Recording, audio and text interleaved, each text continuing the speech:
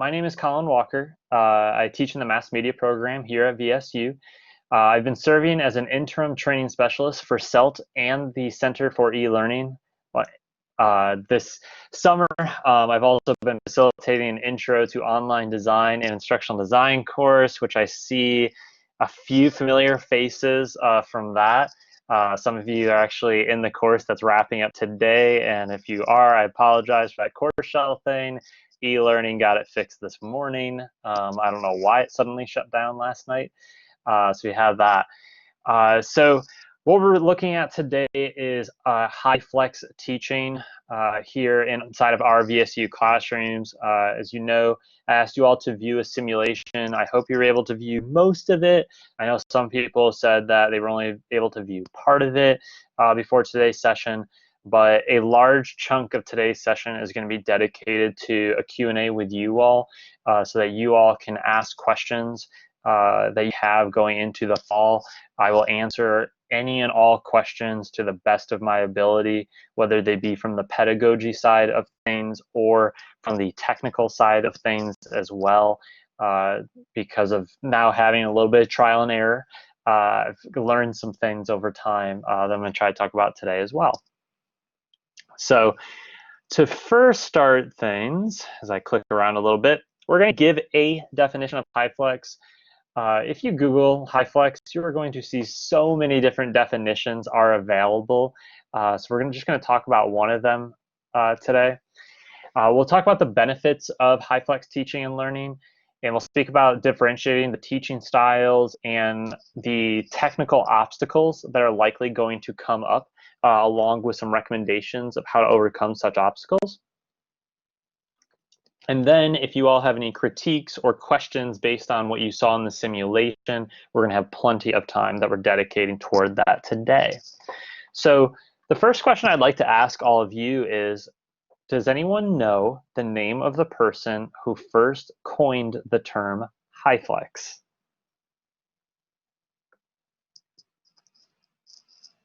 And what the way we'll work it for today is that if you have questions, please just raise your hand and keep it raised. If you just have a question, you're going to type it into the chat. Just put up your hand real quick, and that'll give me an indication to look into the chat for your question. So anyone want to take a shot at who coined the term HyFlex? Because he seems like he is just a star now in higher education.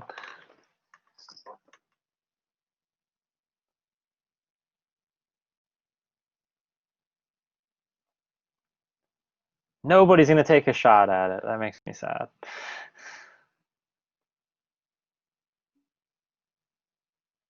All right, reminds me of a dinosaur. Cool. Yeah, someone this morning did say Dr. HyFlex. That was also, unfortunately, not a correct answer. So HyFlex. It was developed, it was a term coined by a gentleman named Brian Beatty at San Francisco State University. He did this course design as part of an instructional technology graduate program, where essentially they were trying to figure out ways to bridge the online and face-to-face class environments without moving the program to fully online. They even went one step further and said that these class sessions would allow students to choose whether to attend classes face-to-face or online, asynchronously or synchronously.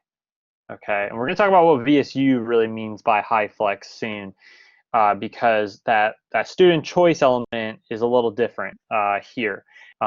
Institutions across the country are approaching this in different ways.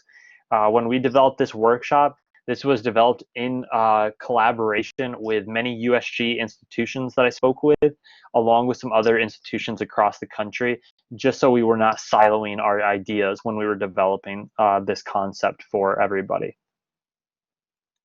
So, by raise of hand, how many of you are teaching HyFlex this fall or planning to?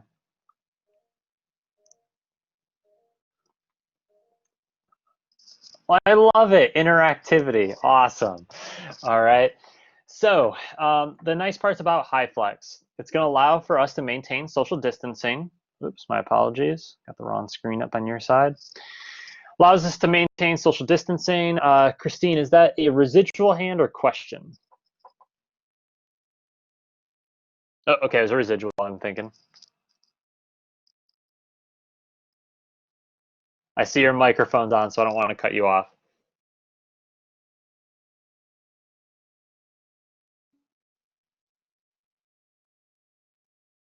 Oh, okay. Christine's having a technical issue. Okay.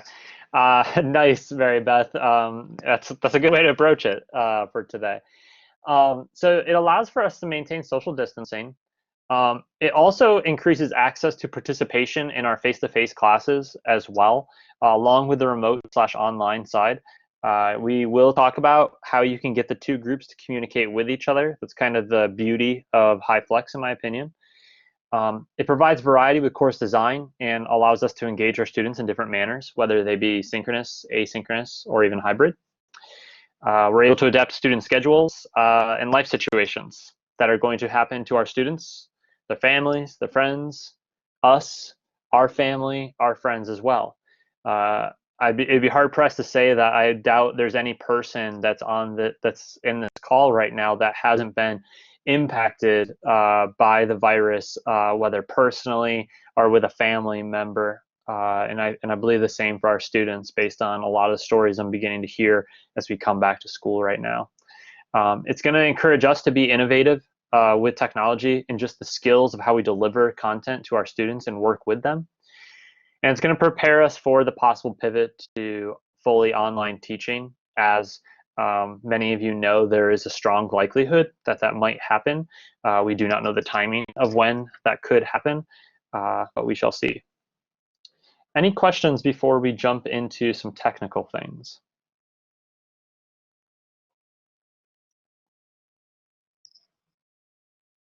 Okay. So, in terms of HyFlex here at Valdosta State, a lot of you may have received emails regarding students wanting to participate remotely and or they've already received official accommodations. So that is possible with our classes. The software used to do HyFlex teaching, the ones that we will recommend because they are supported by VSU in terms of there are bodies of people that will be able to assist you all, is going to be Blackboard Collaborate Ultra, which support is available through eLearning, and then Microsoft Teams, which will be supported by the IT department here at VSU. From a hardware and equipment standpoint, the webcams on the computers at the workstations are going to be what is used. Okay. A lot of the computers that you all taught in this fall, if they did not have a webcam at the instructor station, do not be surprised if you come back in and you discover that it is a new computer that is there. That's an all-in-one that has a webcam already built into it. Okay. Also for microphones, they have been installing across campus microphones that are probably the size of my iPhone that pick up very well. As a media production person, they asked me to assist with the testing on it. And I mean, I was in a room in Nevins that I think holds approximately 50 people. And I was in the back row and people could clearly hear me in terms of the remote end of things when I was speaking. And I was speaking at about this volume when I did that as well. Okay, there might be some lapel mics in some classrooms. Okay, one question that was asked earlier that I think would be good to address here is some people have said, can I bring in my own microphone? The thing is that when you work with a system like Collaborate Ultra or Teams, it can only understand one microphone at a time. Okay, so you get that one option. As I said, I think the ones that they put on the instructor station will work fairly well for you. So with that, do you all have any questions? This has been a common time for questions to start coming up.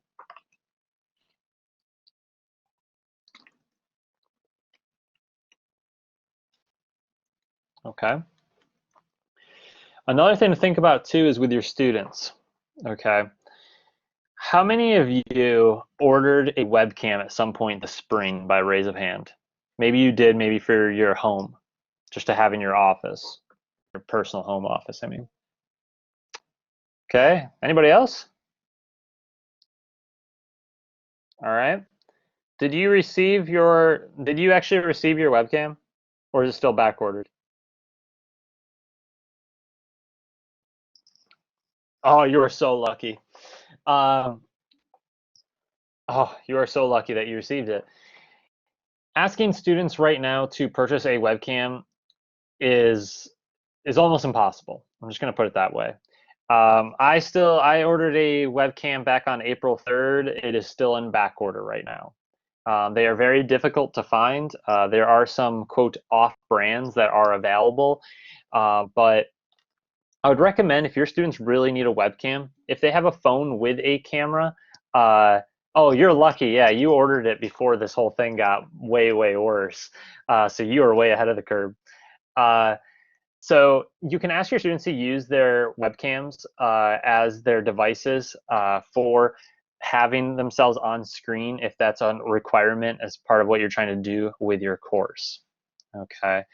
Um, so any other questions at the moment?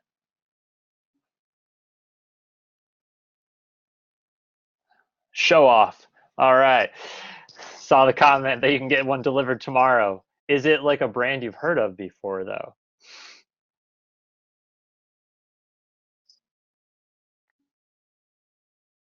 I've not heard of that one. Um, okay, so technology obstacles to HyFlex. So, how many of you experienced internet issues this spring when you were trying to teach remotely? By raise of hand. Oh, that list has to be higher. Other people had to have. Okay, there we go. I'm sure many of you experienced network connections. How about I ask this question? How many of you had students who experienced internet issues? Okay.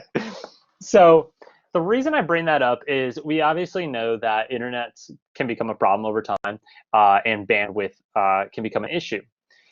And when we start using a lot more video content, that's typically when we start seeing a lot of these network type issues. Denise, is it a question or is it a hand from earlier? I Hand. forgot to take it down. I'm sorry. No worries, no worries. Um, so we know that internet connections can be an issue.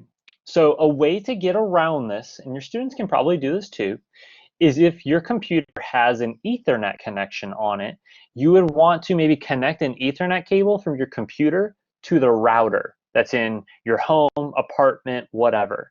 That is going to allow for a much more stable internet connection when compared to Wi-Fi devices. Okay. Any questions about that at all? All right. I mean, I'm saying you will likely have exponentially faster speeds, and I believe your students will as well if they try to do this. Uh, as we were speaking about earlier, limited equipment capabilities. We need to think about the devices our students have.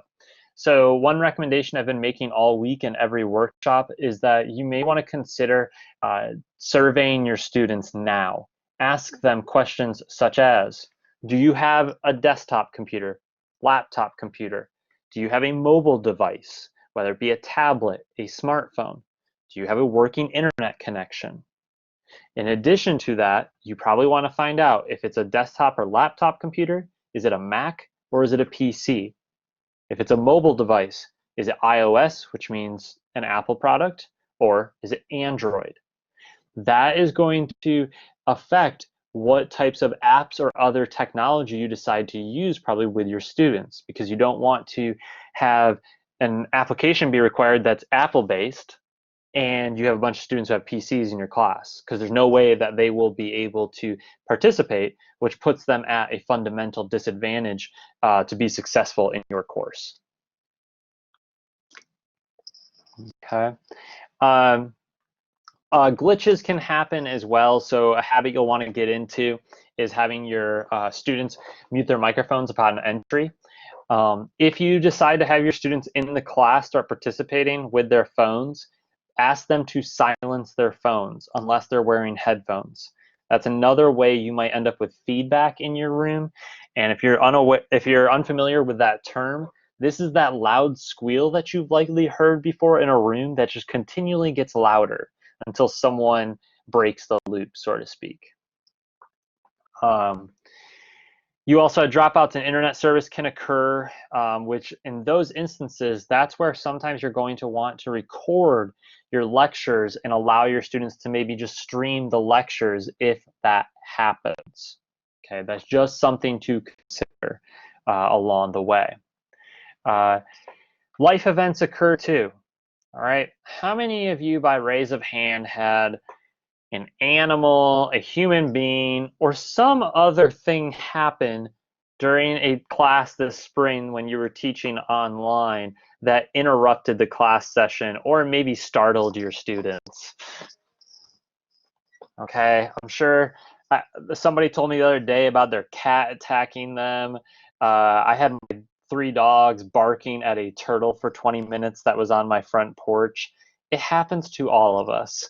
So we need to account for such things happening. And that's where embrace it. I mean, be flexible. If we want our students to be flexible with us, we got to be flexible with them as well. So these are all things that can happen. But you might say, well, how do we overcome these things? Karen, do you have a question? Okay, I think that was a hand just from earlier. Yes, dogs can be the worst for an online meeting. That is why I'm here right now, because my dogs were barking out of control during a workshop yesterday because the UPS person showed up. So for overcoming these obstacles, you'll want to make sure, especially if it deals with equipment in the classroom, Microsoft Teams, or internet issues, call IT.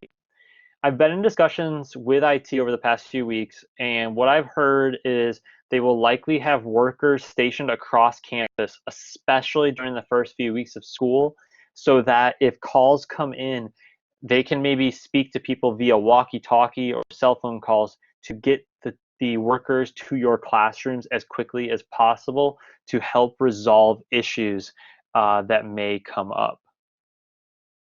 Okay. Make sure have a backup plan. There's possibility that the entire session just might fail. In those instances, you might just want to kind of have a backup activity that you think about in your mind that'll be available for the students.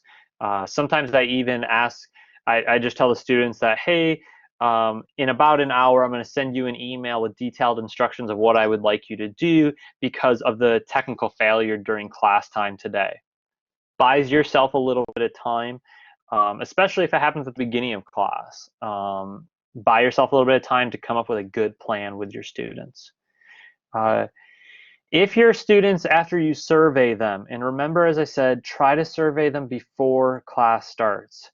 The more you all are able to take care of these issues before class starts, the less headaches that you all are going to deal with during the first couple of weeks of class. It's also going to reduce the amount of stress on your students as well. We probably remember in the spring that students got very stressed that had less access to technology. They got really stressed of, oh my gosh, am I going to be able to actually complete my schoolwork? So that's a real problem. Encourage your students to contact the New Media Center for loaner laptops if they need those from the New Media Center. Let's see. Ask your students to maybe use the virtual raise hand tool like I asked you all to do today. You may want to consider the first day of class being a day where you all set up what's the quote netiquette going to be for your class. How do you want the students to interact with one another? As I said earlier, we don't know how fast or slow that this transition to maybe pivoting online could happen. And as Jackie just said, it looks like the New Media Center might even have some routers available for our students as well, which would enable Wi-Fi for them if that's needed, especially if, let's say, they're living with multiple people. That could be a good option for them. Okay. As I said before, make sure if you have your students using their device in class to mute their speakers. There are ways that if you all want There are ways, if you all want, you can have your face-to-face students communicate with your remote students.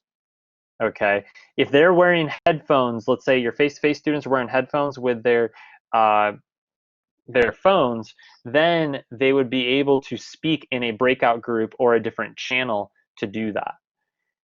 The question came up, are there webcams in the new media center? I think there are some. I'm going to say they are extremely limited in number if they have them. Um, I don't know if their official request form is up on their website just yet, but you can contact a person named Kyle Culpepper, and he is the director of the new media center, and he could probably direct you to that. He and I were just discussing this earlier this week, and I know they are trying to actively work on some things and work on refining some forms and things like that to make it a smoother process if possible for both the faculty and the students going into the fall semester. Another thing with your face-to-face students, you may need to ask them to raise their voices a little bit. Thank you, Christine. Christine just posted an email address to help you out with that too, Mary Beth. Ask your face-to-face students to raise their voices when speaking inside the room. You may, as an instructor, need to repeat at times what is said. That's a good teaching opportunity because it does a couple things. First, it makes sure that you heard the students correctly. But second, it shows the students you listened to them as well. That's a way to start helping facilitate that connectedness with our students, which I'm sure some of you found that those of you who had classes that you really were all in sync, you probably did really well in your classes and you were able to dive deep into content versus some other classes where you may not have had as strong of a connection and maybe it was problematic at times trying to get certain things done. So that's just something to think about as well. Questions so far?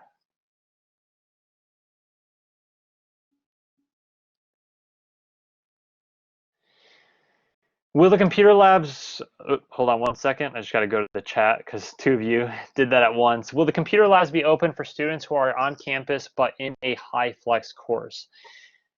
I believe the library is going to have labs open. If you have labs in your respective buildings, that's probably going to be a question for your department head and or the TRU workers. I know that sometimes monitor those labs.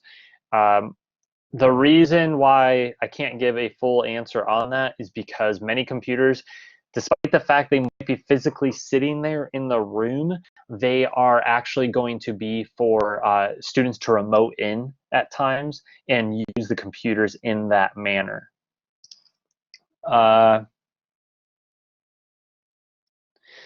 Is there, so a question was asked, is there something like a quick start guide from when we walk into the classroom each day? Do these things to get your video, audio, collaborate up and streaming?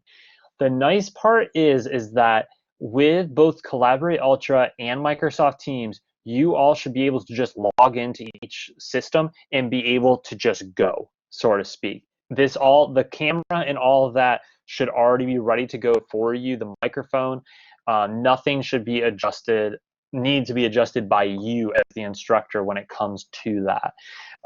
That's something I know they're trying to make sure of that. The biggest recommendation I make to everybody is, if possible, come in and look at your classroom.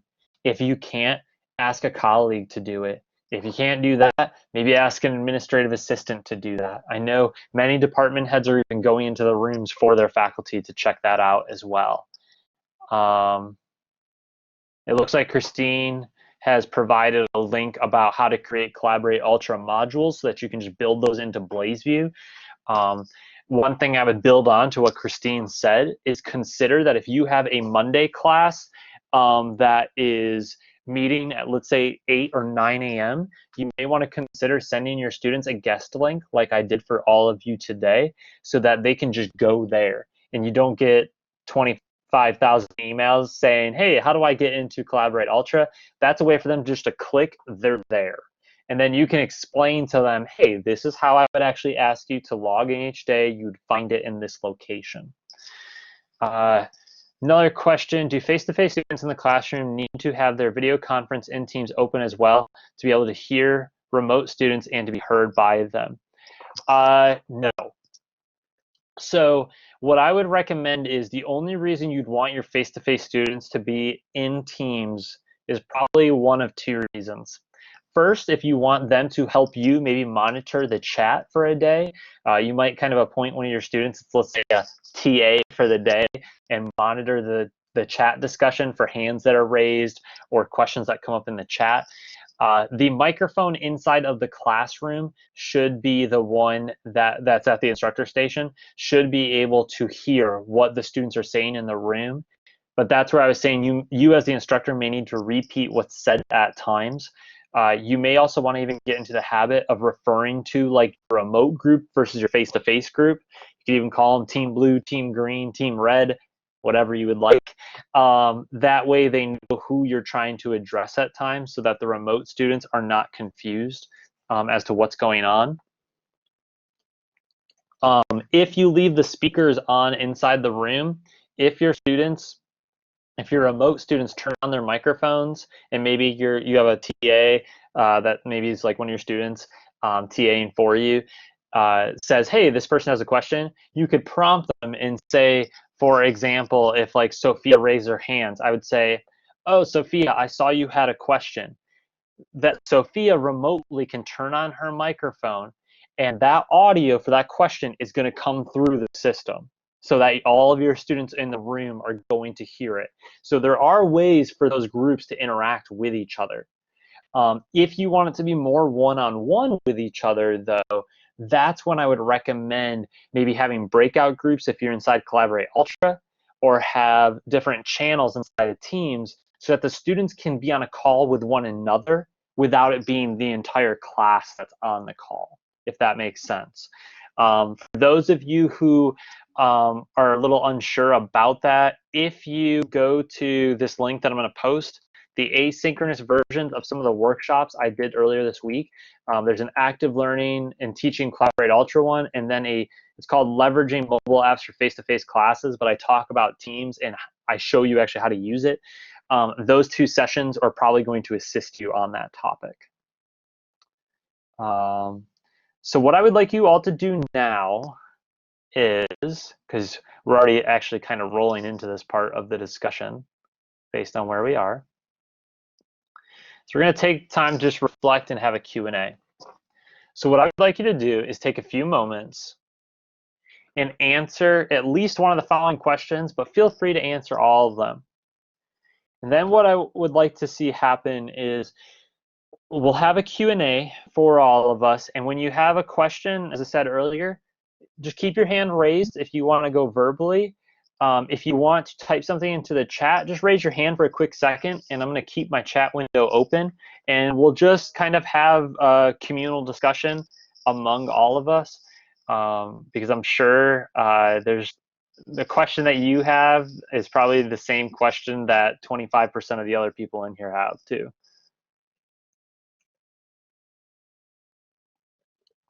All right, Denise, I'm reading your question now. Okay, Denise is asking, I noticed that online students can't see when you write on the board. I understand that they can see the computer screen, but they can't see what's written on the board. I do have PowerPoints made out for my classes, but I still often work problems on the board. This can't really be won by writing with your finger on the screen, nor can you easily type this. How will the online students see what I wrote on the board? Okay, so this kind of gets to a fundamental thing when it comes to HyFlex. Is one way to think about HyFlex, try to approach your course thinking about it being online first. Then how can you fit face-to-face elements into that, if that makes sense? Because that way you know what technological restrictions, what boundaries you're working within. Rather than at times we've got our traditional, how we've always done things face-to-face and trying to figure out how do I put the online element for that. Okay, Corey's got a suggestion for Denise's question, so I'm going to defer to Corey if she wants to take the lead on that. Yeah, I'm here. Can you hear me? Yep. So here was just my suggestion. I don't know that this works for everybody, but if you have a tablet or I have a Surface laptop, so it acts like a tablet, it's a I can use my stylus and draw on the screen. So what I'm planning on doing, because I'm the same way, I write a lot on the board and I have PowerPoint things, I'm going to use Collaborate Ultra. But what I'm going to do is I'm going to either use their whiteboard function or I'm going to actually build into my slides a lot of white space on the PowerPoint slide itself with like an exercise I would normally do on the board. And then I'm just going to write on the screen because I'm going to screen share my Collaborate session up so that the people in the classroom and the people that are streaming are looking at the same thing. And then I'm going to use that as an electronic whiteboard instead of the physical whiteboard so that everybody can see the same thing that I'm doing. And the exercise will then be recorded for later viewing if they want to see it as well. Okay. That's a good suggestion because my other one was going to be saying that, hey, you might almost want to do a screen recording of yourself doing the problem and have that maybe be part of what you're asking your students to view for homework type thing. That's what a lot of us as like production faculty and those more of us doing like kind of hands-on type stuff, we're going to have to record a lot of that kind of stuff and have the students view it for homework because video lag and things like that can develop easily when you're doing synchronous live video meetings as we're doing here. So that's why I'm not asking you all to like look at a YouTube video and streaming it to you. If you need to do that in your class, give the students the links. It'll make it a lot easier for you. That way more people have a fairly similar experience over time. So Denise, does that help address that concern? Only if I have a pen pad available in the classroom. Without that, then it's not going to help. So another option too that you might want to do is you have you been in your classroom yet or no? Well, I teach in several different classrooms, so I've been into one, but I haven't been into all of them.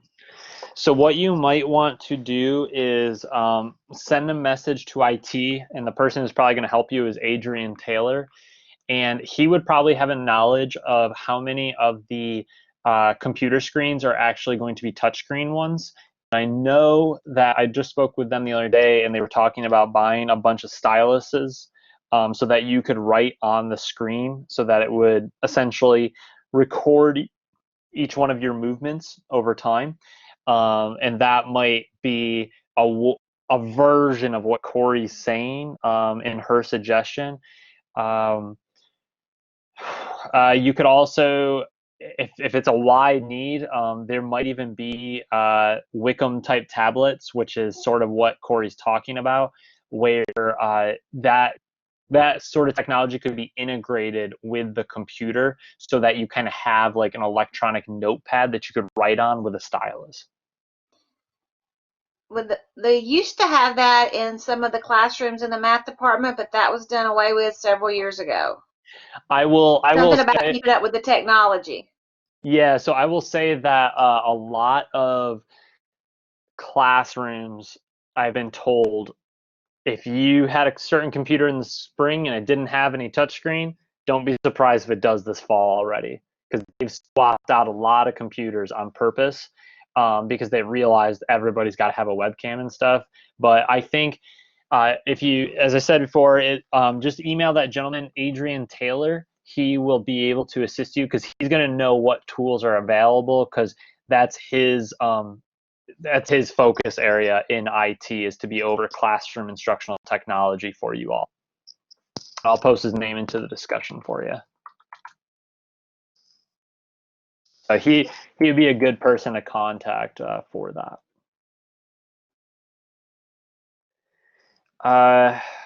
Is there a way to create a link for the scheduled meeting in Microsoft Teams as it is the case in Blackboard? Yeah. Hold on one second. I'm going to try to share my screen with you all. Unfortunately, this was causing problems the other day.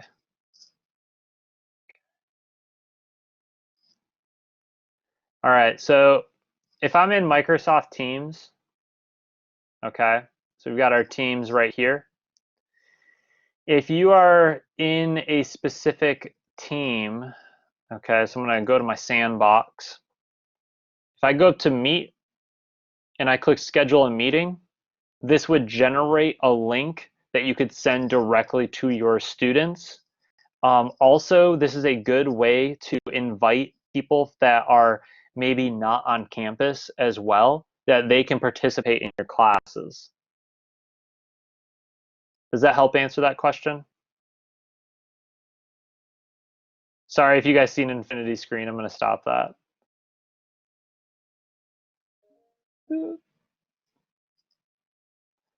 The link will go directly like so. Hold on one second. I'm going to actually just do this really quick. So when you click schedule a meeting, you actually put in each person's email address, and then it will email the link directly to them. And then the nice part too is that if you have email on your phone, that will communicate a calendar invite, and that way it blocks out that period of time. So you may have been invited to like a staff meeting before or a department meeting that way. That's how that is occurring. Other questions at the moment? One by one, you would have to add them. That's why I normally I make if I'm going to have a class session, what I do is I get in there first and I tell the students, hey, just click here to join. So they go into Teams and they can literally see it in the chat.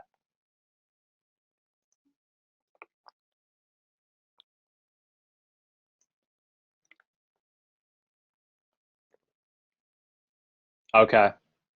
So Jackie's got a good recommendation in the chat regarding how to set up a meeting for a particular team and how you would do it inside the calendar on Teams. And then Christine builds on that, saying that there's a way via the VSU webmail that it gives you reminders with a clickable link at the top right-hand side. And that's normally how I access my meetings too. Sorry, Colin, I had a follow-up question about what you just said. Just to verify if I right. So I saw that IT has set up channels for each one of my courses, and it has this button that says activate. So once you activate, will it auto-populate all the students into that channel? Correct. Your student. So I have to do one by one click.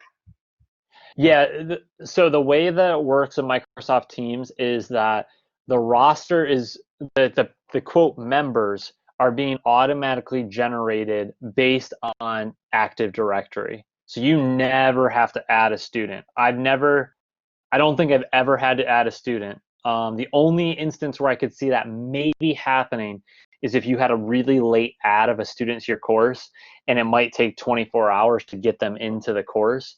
But I don't think I've ever done that throughout this past year of using Teams. Got it. All right.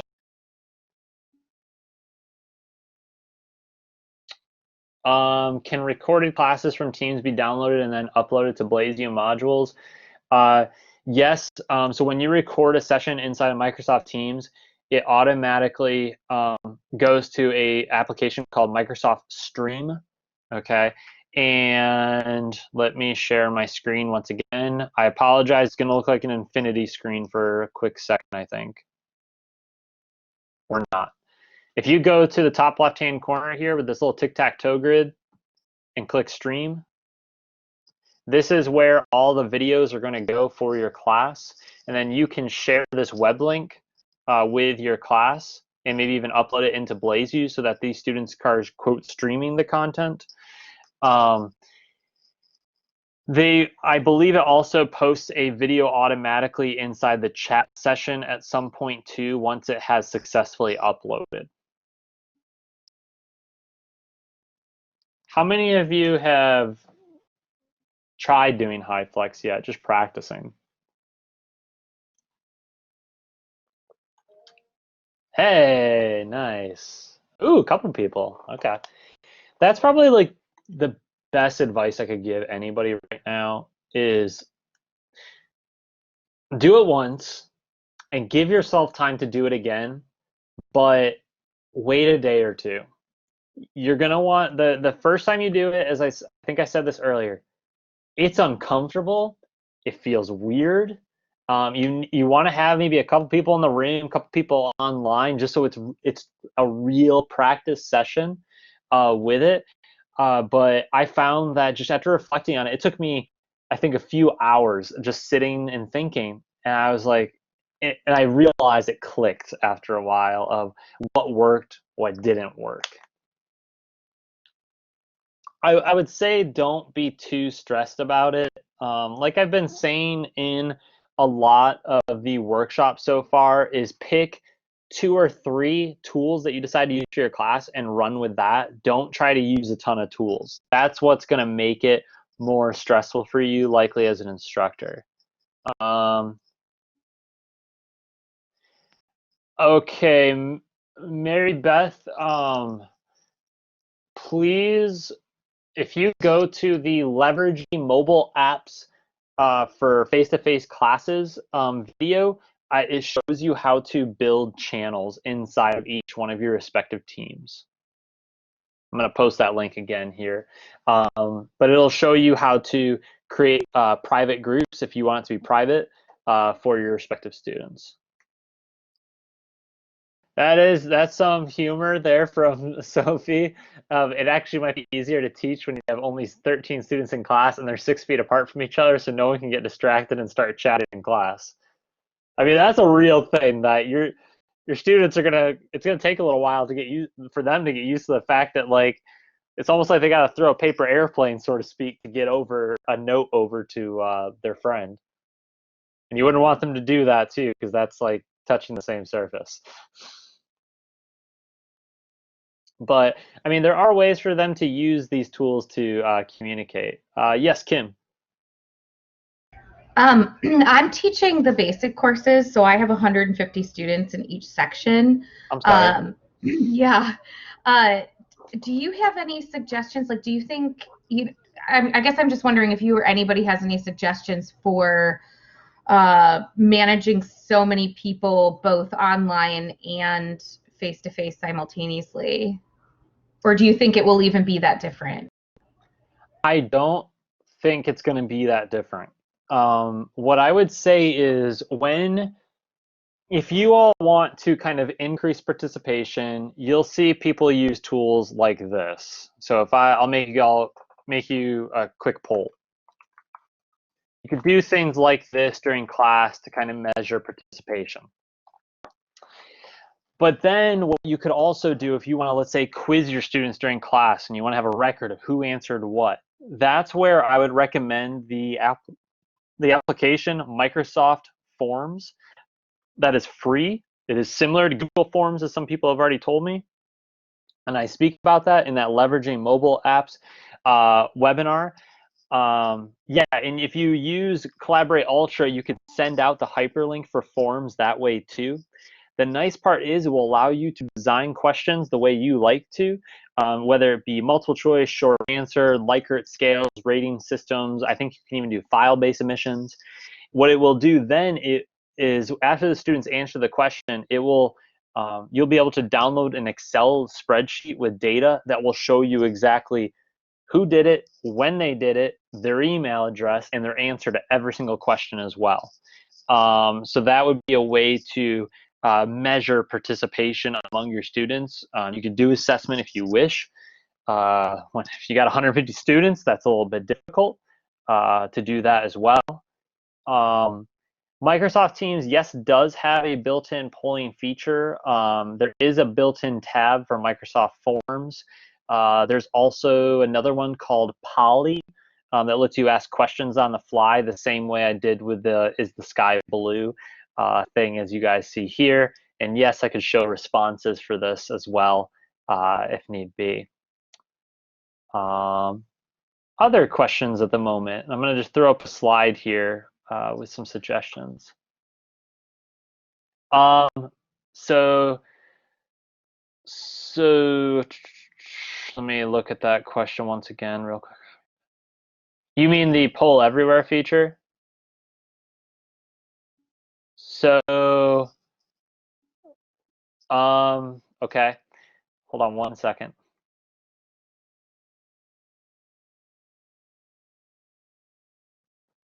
So if I'm in Microsoft Teams, I'd have to go down to the bottom here, and I'd have to add Microsoft Forms. And then what I do is I put in the question. So I'll just do, is the sky blue? Yes, no.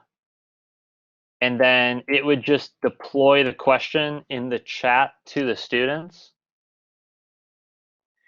I'll admit I'm not as big of a fan of using this.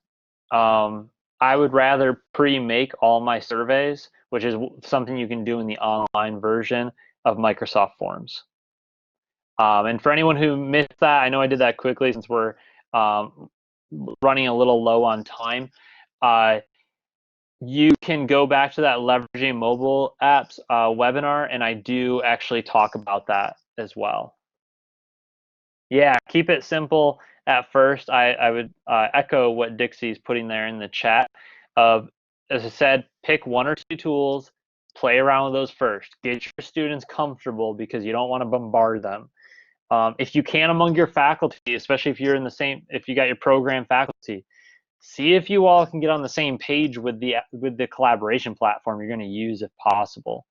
I was just actually talking to nursing faculty that were asking collectively, what should we go to? They're going between Teams and Collaborate Ultra. I know the business school faculty is trying to kind of align things a little bit as well. At least that's my perception of it based on doing some of these workshops with you all. Some people like one versus the other.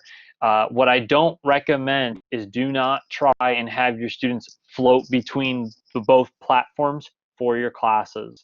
That is going to create a lot of frustration and confusion with your students. I just would not recommend that. You see a lot of suggestions here, or a lot of the things that you all have spoken about so far. As I said, consider having that teaching assistant. Have us rotate this role around your class in terms of when students are face to face. This is going to help you as an instructor. See, the last thing is breathe. You're going to have missteps along the way. That's okay. That's expected. I mean, I even said that to our provost the other day when we were speaking about HyFlex. That I said, this is going to be something that's going to make some of us as faculty stressed and anxious. It's going to take us a little bit of time to get comfortable with this.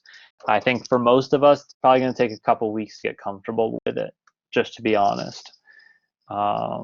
Try to use class times to address difficult concepts. Make those face-to-face sessions, those synchronous face-to-face, very valuable. Consider posting lectures online so that students don't miss out on certain things that you're trying to communicate as well. Does anybody have any final questions that they want to ask? Because I know we're running very low on time. If not, I can probably stay online for another about 5 minutes before I run to another meeting. But I really appreciate all of your time today. I really hope this was helpful for you all as well. That helps lessen the anxiety as we approach fall. We're going to get through this together. Just assist your fellow faculty and support them.